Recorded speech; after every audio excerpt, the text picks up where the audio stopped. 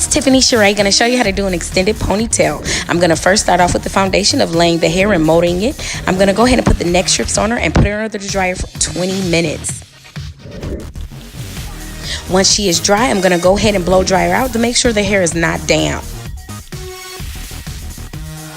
I am also going to put a heavy bang at the top just for her swoop. So I'm going to go ahead and adhese tracks to the top of her hair all the way to the mid crown. And I'm going to use my blow dry to make sure that the adhesive dries quickly. Now you want to make sure you stay neat and precise because you do not want it to be lumpy and you do not want to show your tracks. I am going to be using spritz in my rat tail to begin the shaping and the foundation. I am definitely going to use a little bit of direction and a lot of tension. And I'm going to go ahead and I'm going to comb and make sure there are no lumps. Now I am going to use spritz, which I love Pump It Up for this method because when I use the blow dry, it gives a better shine. And I love using the nozzle because it does freeze the hair in place. In case the hair is not relaxed in your natural, you can do this method as well.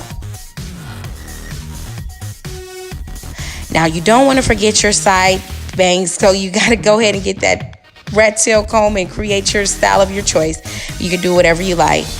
Now I am going to go ahead and braid the braid down, and I'm going to go ahead and I'm doing the sew-in method at the bottom. I'm going to stitch the track all the way to the top. Now you can use hair glue or bobby pins, but I used to do the thread. I don't like to deal with all those pins, and I definitely don't like glue on the braid. It does kind of make a mess.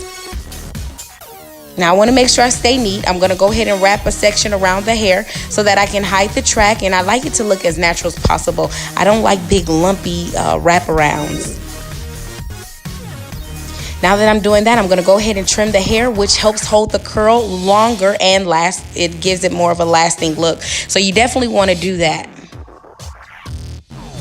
I do clean the hairline, which is optional as well. It just gives it more of a fresh approach and definitely looks good with a sleek finish. She is all set and ready to go. I hope that you enjoyed watching this tutorial. If you like, please share, like, and subscribe to my YouTube channel. If you want to book an appointment, you can visit me at www.IamTiffiniSher'ee.com. Please don't be a hater. Go ahead and share this video. I'm going to keep it coming more at you from Tiffini Sher'ee.